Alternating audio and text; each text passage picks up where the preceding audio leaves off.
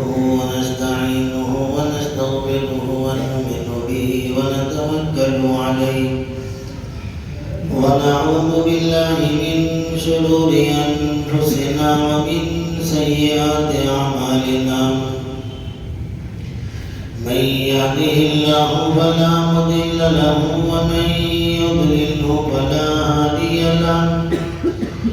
ونشهد أن لا إله إلا الله وحده لا شريك له ونشهد أن سيدنا ونبينا وشفيعنا وحبيبنا وحبيب ربنا سيدنا محمدا صلى الله عليه وسلم. أعوذ بالله من الشيطان الرجيم. بسم الله الرحمن الرحيم. سبحان الذي أسرى بعبده ليلا من المسجد الحرام إلى المسجد الأقصى الذي باركنا حوله لنريه من آياتنا. صدق الله مولانا العلي العظيم. اللهم صل على محمد كلما ذكره الذاكرون وصل على محمد كلما غفل عن ذكره الغافلون. گزشتہ ہماری بات چل رہی تھی کہ ایک طرف ہماری روح ہے، ایک طرف ہمارا جسم ہے. ہم جسم کو طاقتور دنیاوی چیزوں سے کر دیں گے اور روح کو جو ہے آسمانی طاقت سے مضبوط نہیں کریں گے تو ہم اپنا فیصلہ خود کر سکتے ہیں، کسی کو کہنے کی ضرورت نہیں ہے. اب تو علم بہت عام ہو چکا ہے، موبائل ہو، بیانات ہو، ہر بندہ کچھ نہ کچھ سمجھنے لگا ہے، ہر انسان کے پاس علم آ رہا ہے. ضرورت اس بات کی ہے کہ ہم جو موٹی موٹی باتیں ہیں اس کے پابند بن جائیں، بحث کرنا چھوڑ دے، ہیلے حوالے کرنا چھوڑ دے اور اپنی زندگی کو اپنے آپ سے صحیح کرنے کی کوشش کرتے ہوئے چلتے رہے. جہاں جہاں غلطیاں ہو جائیں اس کو سدھار لیا کریں. یہی ایک دم نیچرل فیکٹ لائف ہے جس کو ہمیں اختیار کرنی چاہیے. میرے گناہوں کو میں جائز کرنے کے لیے دلائل قائم بھی کروں گا، لیکن ایک وقت جو ہے یہ ساری چیزیں کھل جائے گی اور اس وقت دلیل کرنے کا کوئی موقع نہیں ہوگا. اس لیے ہم اپنی دنیاوی زندگی میں اپنے آپ ہی کو دیکھتے رہیں اور ہم سب جانتے ہیں کہ ہم سے کیا گناہ ہوتا ہے، کیا نیکی ہوتی ہے. بڑی بد نصیبی اس وقت ہوتی ہے کہ ہم تو گناہ کرتے ہیں لیکن کسی کو بھی گنہگار ثابت کرنے کی کوشش کرتے ہیں. وہ سب سے بڑی بد نصیبی ہوتی ہے. اس لیے ہم اس سے پرہیز کریں. ہماری بات چل رہی تھی،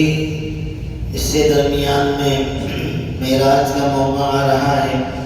اسی سے لگتے ہوئے ہم آگے چلتے ہیں کہ نبی اکرم صلی اللہ علیہ وسلم کو یہ روحانی نعمت جو ملی ہے جس کو ہمیں مضبوطی سے پکڑنا ہے. تو نبی اکرم صلی اللہ علیہ وسلم پر جو حالات تھے ہم سب جانتے ہیں. مکہ المکرمہ کی 9 سالہ زندگی میں ظلم و ستم اور ٹارچر، جسمانی مینٹلی آپ کو جو تکلیفیں دی گئی ہے، ہم تو کیا بلکہ رسول اللہ صلی اللہ علیہ وسلم نے فرمایا کہ تمام نبیوں میں جتنا مجھے ستایا گیا اتنا کسی کو نہیں ستایا گیا. ہم سوچ نہیں سکتے کہ حضرت نوح علیہ السلام 950 برس تک دعوت دیتے رہے، اس کے بعد بھی رسول اللہ صلی اللہ علیہ وسلم نے فرمایا کہ سب سے زیادہ میں ستایا گیا. تو ہم سمجھ سکتے ہیں کہ کیا لمٹ ہوگی اور کیا حالات ہوں گے. 9 برس کے اندر حضور علیہ السلام کو کتنا ستایا گیا ہوگا،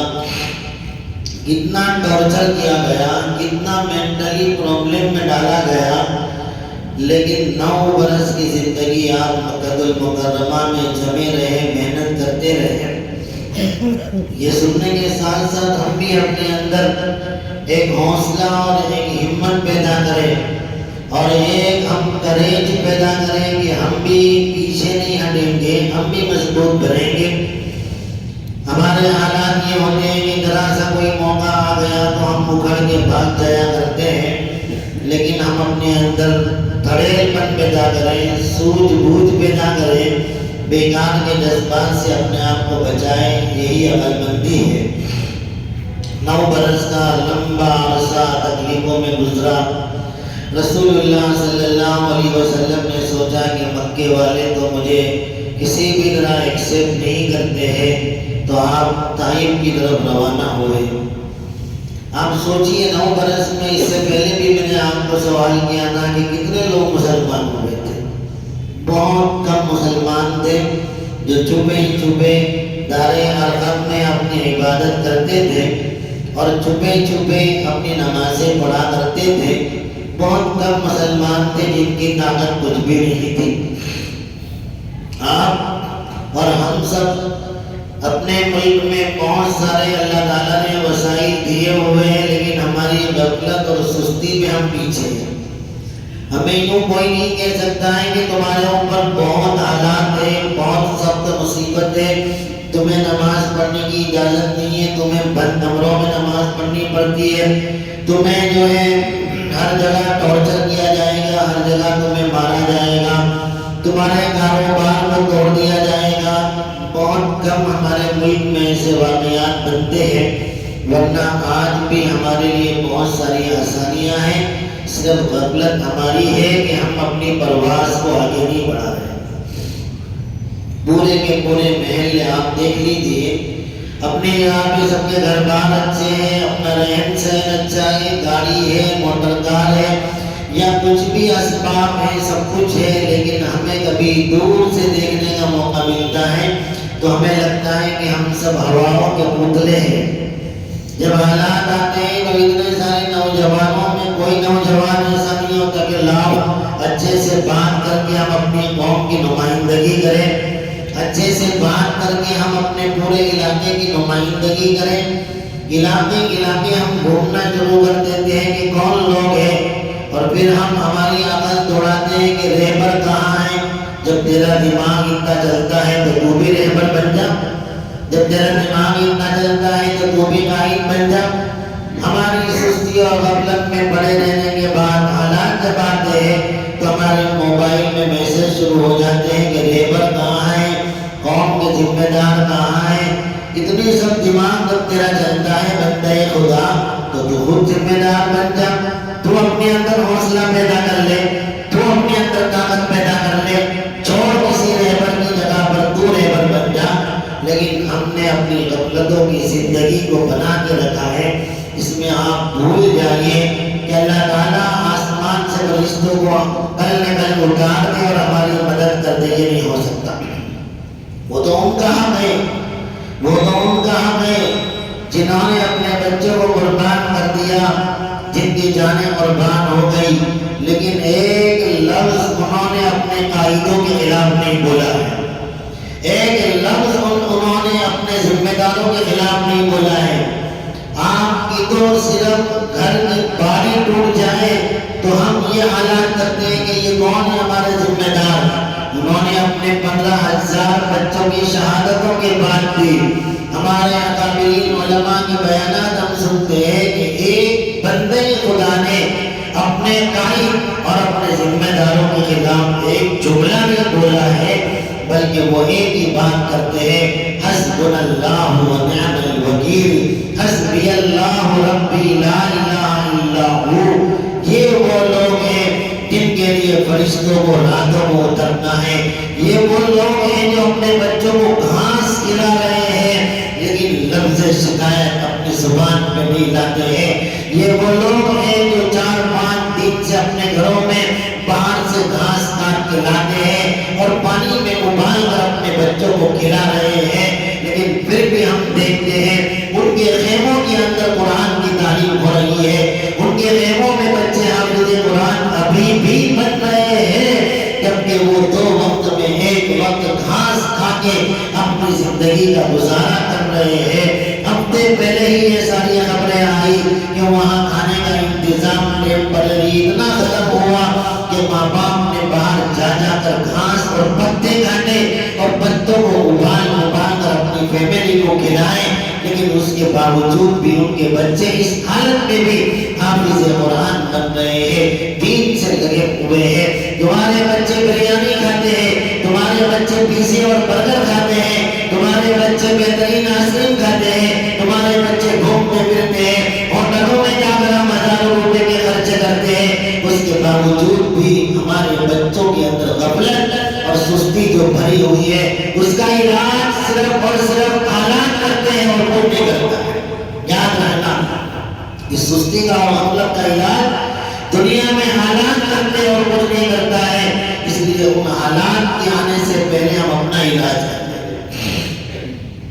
تو ہمارے سامنے اتنی بڑی مثالیں موجود ہیں، روزانہ آپ کے سامنے واقعات آ رہے ہیں، ان کے ساتھ اللہ کی مدد ہے، اللہ کے فرشتے ہیں، اللہ کی طاقت ہے، قوت ہے، ان کو اللہ پہ کتنا اعتماد ہے، وہ سب پڑھیے 60 کلومیٹر کا ایریا چھوٹا سا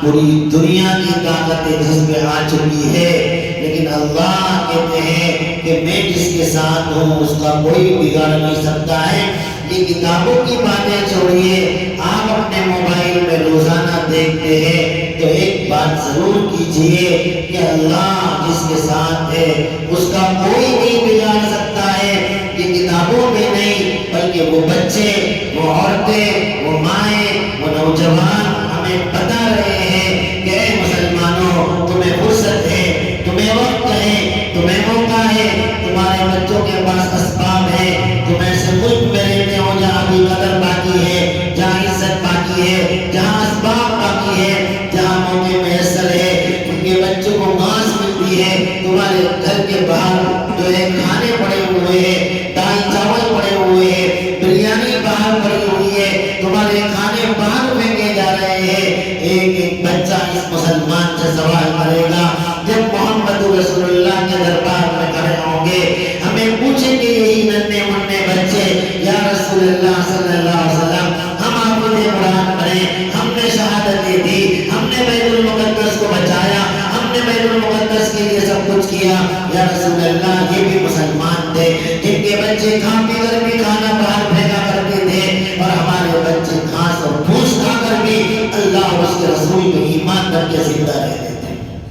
یہ ہمیں اوپر ہے، یہ ہمیں سبق دے رہے ہیں، یہ ہمیں عبرت دے رہے ہیں کہ مسلمان کے بچوں تھوڑے تو آگے بڑھو، پڑھو لکھو، اپنی قوم کے لیے کچھ کرو۔ موبائل میں مر جاؤ گے، موبائل میں دفن ہو جاؤ گے، چھوٹی چھوٹی عمر میں پیسوں کی لالچ، دولت کی لالچ، کان پھنس رہے ہیں، لاکھوں روپے اڑا رہے ہیں، اور موبائل کے اندر آن لائن نہ جانے کیسے کیسے جوئے کھیل کے چھوٹی چھوٹی عمر میں تباہ ہو رہے ہیں۔ تم کون تھے؟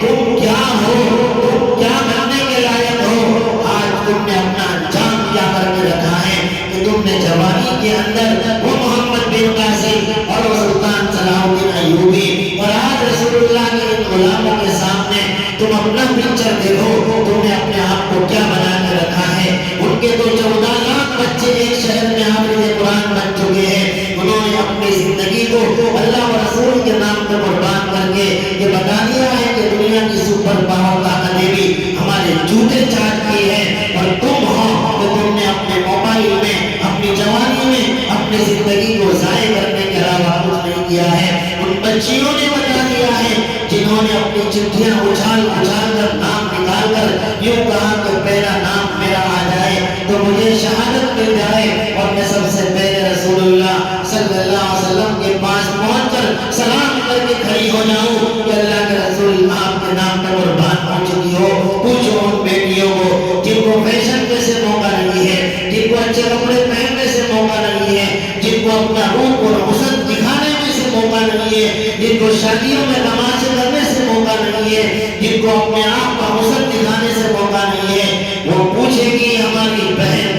وہ زہرا پوچھے گی، وہ فاطمہ پوچھے گی کہ میرے ننھے منھے بچے، اے میری بہنوں، ان کے دودھ پیتے بچے تو ان کی گودوں سے قبرستان پہنچ گئے، لیکن تم نے تمہارے بچے خاتر کی اور بچیوں کے لیے کیا کیا؟ ہمارے پاس کوئی جواب نہ ہوگا. یہ ہمیں سبق دے رہے ہیں، یہ ہمیں بیان کر رہے ہیں، یہ ہمیں تعلیم کر رہے ہیں کہ مسلمانوں جن کو اچھے حالات ہیں وہ کم از کم اپنی زندگی کو کچھ تو بدلے،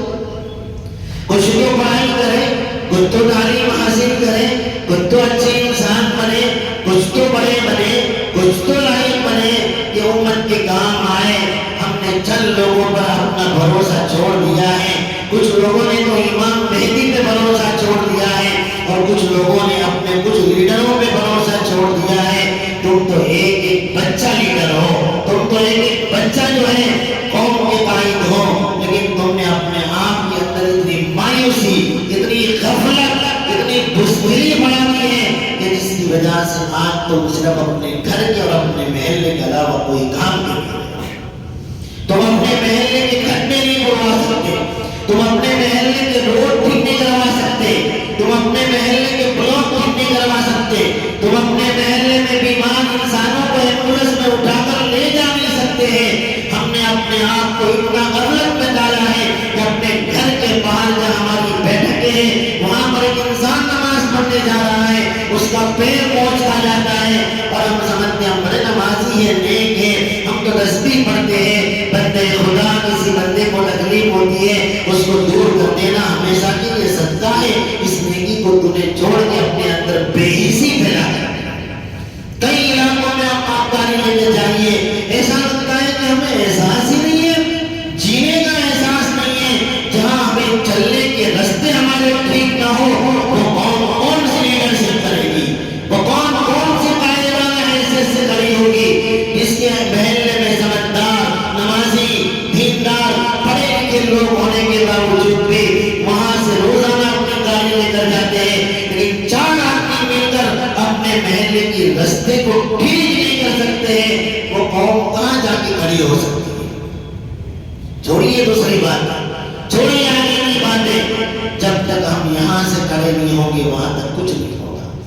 اس لیے میرے نوجوان بچوں سے گزارش ہے، بار بار کہتا رہتا ہوں، بار بار ہم نے سمجھائے، وقت چکر کھا رہا ہے. آپ جانیے نہ جانیے، پہلے بھی ہماری بات ہوئی تھی کہ یہی بیت المقدس دھیمے دھیمے جب اگر اس کی عزت و احترام نہ ہوا تو پوری دنیا کو اپنے منہ میں لے لے گا، پوری دنیا کو اپنے منہ میں لے لے گا. یہ ہستا جب کھلے گا منہ تو ایک ایک ملک اس کے منہ میں چلا جائے گا. اس لیے ہمارے لیے ضروری ہے کہ ہم اپنے آپ کو اس قابل بنائیں کہ کم از کم اپنے بھی، اپنے محلے کے بھی، اپنے قوم کے، اپنی اولاد کے کم از کم ہم قائد تو بن سکے. آج ہم اپنے گھر کے قائد بننے کے قابل نہیں رہتے. بچیوں کو ہماری بولنے کی طاقت نہیں، اپنے بچوں کو بولنے کی ہماری طاقت نہیں رہی ہے. یہ ہماری قائدانہ صفتیں اگر ختم ہو گئی تو پھر اس قوم کو کوئی بھی اٹھا نہیں سکتا. جیسا کہ بنی اسرائیل میں حضرت موسیٰ موجود تھے، اس کے باوجود بھی انہوں نے بزدلی اور اپنے اندر طاقت پیدا کی. تو موسیٰ علیہ السلام جیسے نبی نے بھی ان کو ایسے موقع پر سپورٹ نہ کیا. ان کو وادی تیہ میں دھکیل دیا گیا اور 40 سال کی سزا ان کو وادی تیہ میں دی گئی. جبکہ حضرت موسیٰ رسول اللہ موجود تھے، اس کے باوجود بھی ان کو 40 سال تک وادی تیہ میں رکھا گیا. اور ادھر رسول اللہ صلی اللہ علیہ وسلم کے صحابہ اور آج کے ان کے غلام رسول محمد رسول اللہ کے آپ کو سبق دے رہے ہیں کہ ہم گھاس کھا کر بھی اپنی زندگی میں محمد رسول اللہ کی غلامی اور انسانیت کی غلامی ہم کر رہے ہیں. تم بھی اس بات کو سیکھنے کی کوشش کرو. نبی اکرم صلی اللہ علیہ وسلم پر جو حالات تھے وہ حالات ہم پہ نہیں ہیں. میں کبھی کبھی مذاق میں ہم ہی کو کہتا ہوں، اپنے جیسوں کو کہتا ہوں، جب سے یہ واقعات بنے مجھے تو لگتا ہی نہیں ہے کہ میں مفتی ہوں کہ عالم ہوں. سلام ہے ان کے بچوں کو، سلام ہے ان کی بہنوں کو، سلام ہے ان کی بیٹیوں کو جن کے 1 گھنٹے کا ایمان میرے جیسے مفتی اور عالم کے 70 برس کی زندگی سے بہتر ہے. ان کو دیکھ کر ہم تو اپنی حیثیت بھول چکے ہیں. کبھی کبھی میں کہتا ہوں کہ ہم لوگ رمضان کا مہینہ ہو کہ عام دن ہو، بہترین مرغی کھا کے حلوہ کھا کے آئیں گے، نماز پڑھیں گے اور نماز پڑھنے کے بعد دعا کیا کریں گے؟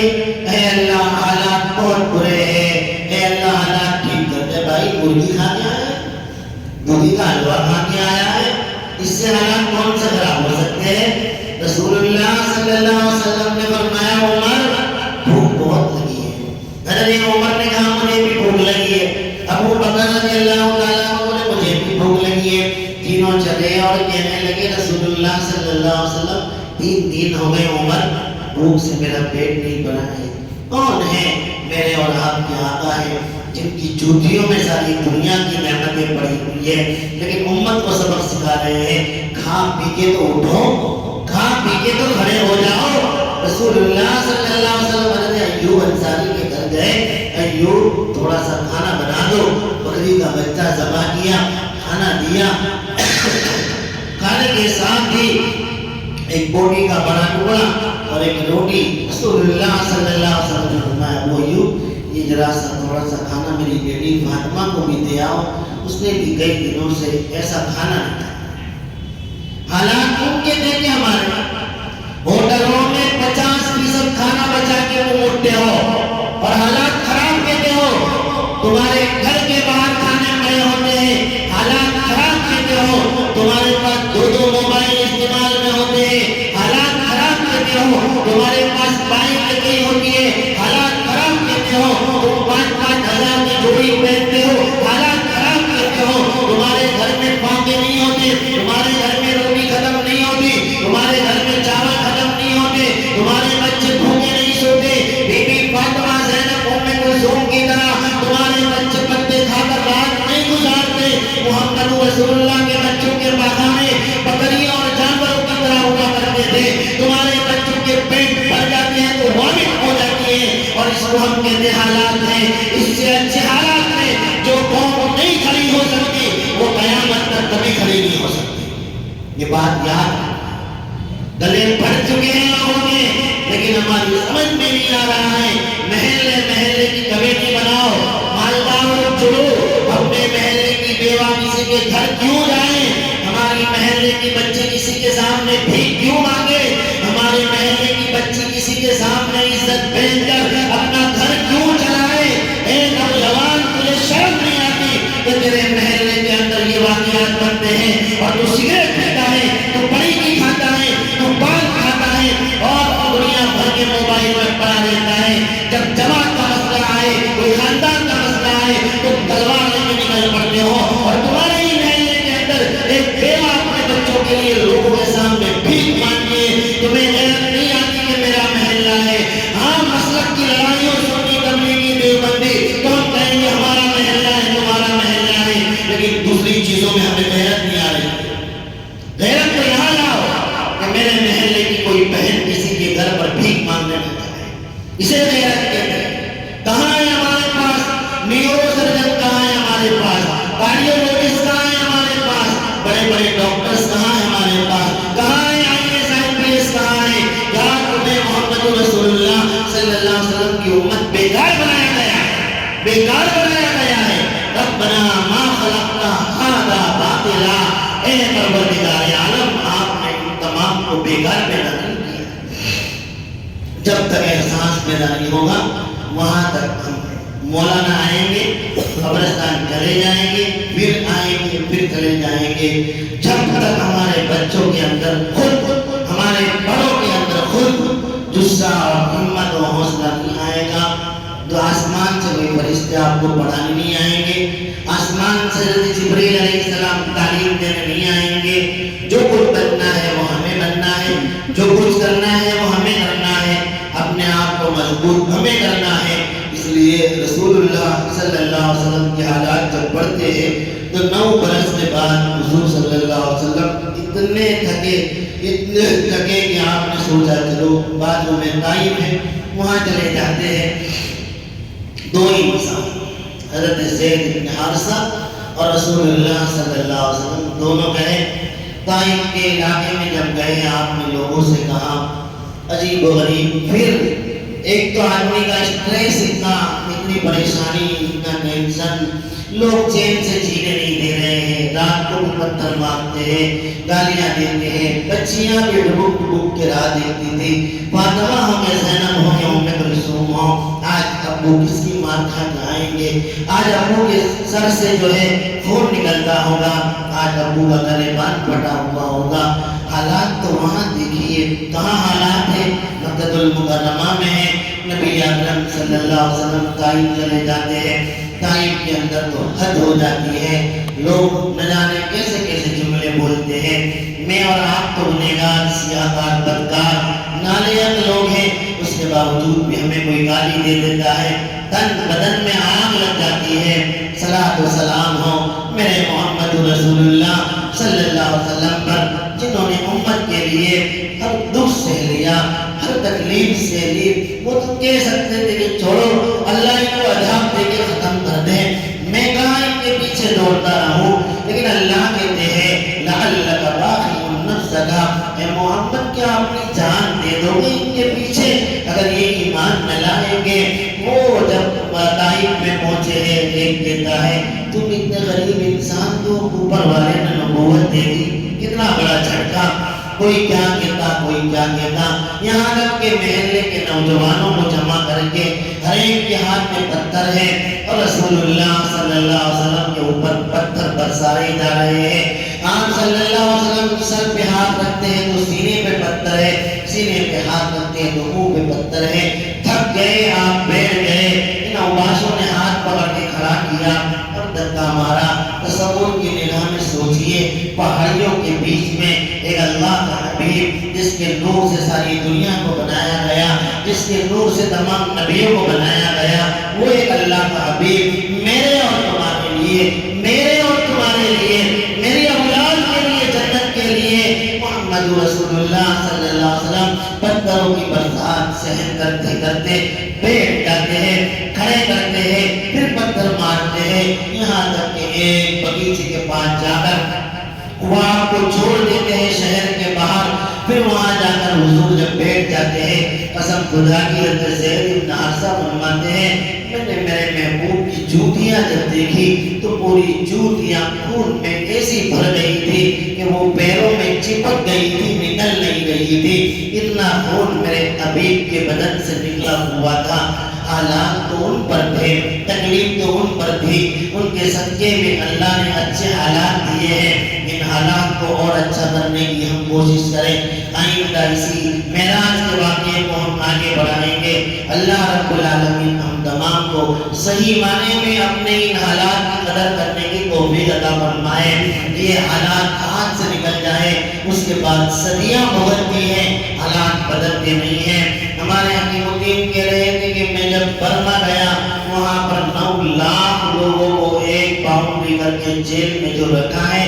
انسانیت شرما جائے اس طریقے کی وہ زندگی گزارتے ہیں۔ اللہ نے تمہیں نعمتوں سے نوازا ہے، اللہ نے تمہیں اچھے کپڑے، اچھے کھانے دیے ہیں، اچھے مکان دیے، اچھے محل دیے ہیں، نعمتوں کا شکرانہ ادا کیجیے، اللہ کے باغی میں بنیے۔ بہت تعجب ہوتا تھا جب 14 تاریخ کو آسمانوں پہ ہم کھڑے تھے، اپنے آپ کو نیچے اتر کے مسلمان کہنے والا، اوپر خدا کے فوٹو کے اندر تو سب کا سیم سیم فوٹو آ رہا تھا کہ وہ کافر بھی سیم لگتا ہے، یہ مومن بھی سیم لگتا ہے، نیچے اتر کے تو اپنے آپ کو مسلمان کہتا ہے، لیکن تو نے اوپر والے کے فوٹو میں ثابت کر دیا کہ مولانا محمد رسول اللہ کی قربانی سے مجھے کوئی مطلب نہیں ہے، مجھے انجوائے چاہیے، میں ان کافروں کے ساتھ ہوں، یہ کتنا مزہ کرتے ہیں، میں بھی مزہ کروں گا۔ اللہ کے وہاں اگر ہمارے فوٹو پڑ گئے اور اللہ نے فیصلہ کر دیا کہ یہ بھی برابر ہے، یہ بھی برابر ہے، اس کے بعد کوئی معافی کرنے والا نہیں۔ اب نیچے اتر کے ہم کہیں گے ان کے ساتھ نفرت ہے، ان کے ساتھ لڑ لو، ان کے ساتھ یہ کر لو، اس دن تو کہاں گیا تھا؟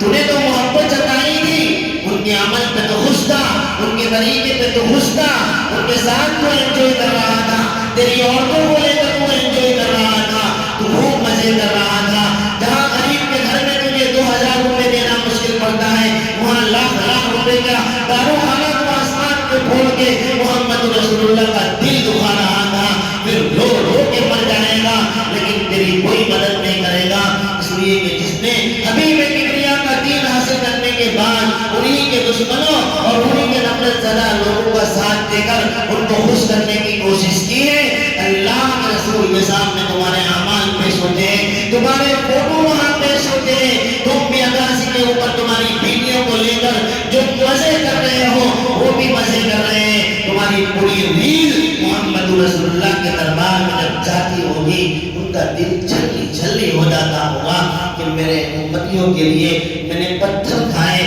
میں نے گالیاں کھائی، میرے بچوں کو بھوکا رکھا، لیکن انہوں نے کوئی قدر نہ کی، ان کو تو انجوئی چاہیے، ان کو تو مزہ چاہیے، ان کو تو عیش چاہیے، اس کا بدلہ اگر حضور نے ہاتھ اونچے کر لیے تو پھر ہمارا کوئی پرسان حال نہ ہوگا۔ اللہ ہمیں سچ میں اسلام سے اور ایمان سے محبت نصیب فرمائے، آمین، وآخر دعوانا الحمد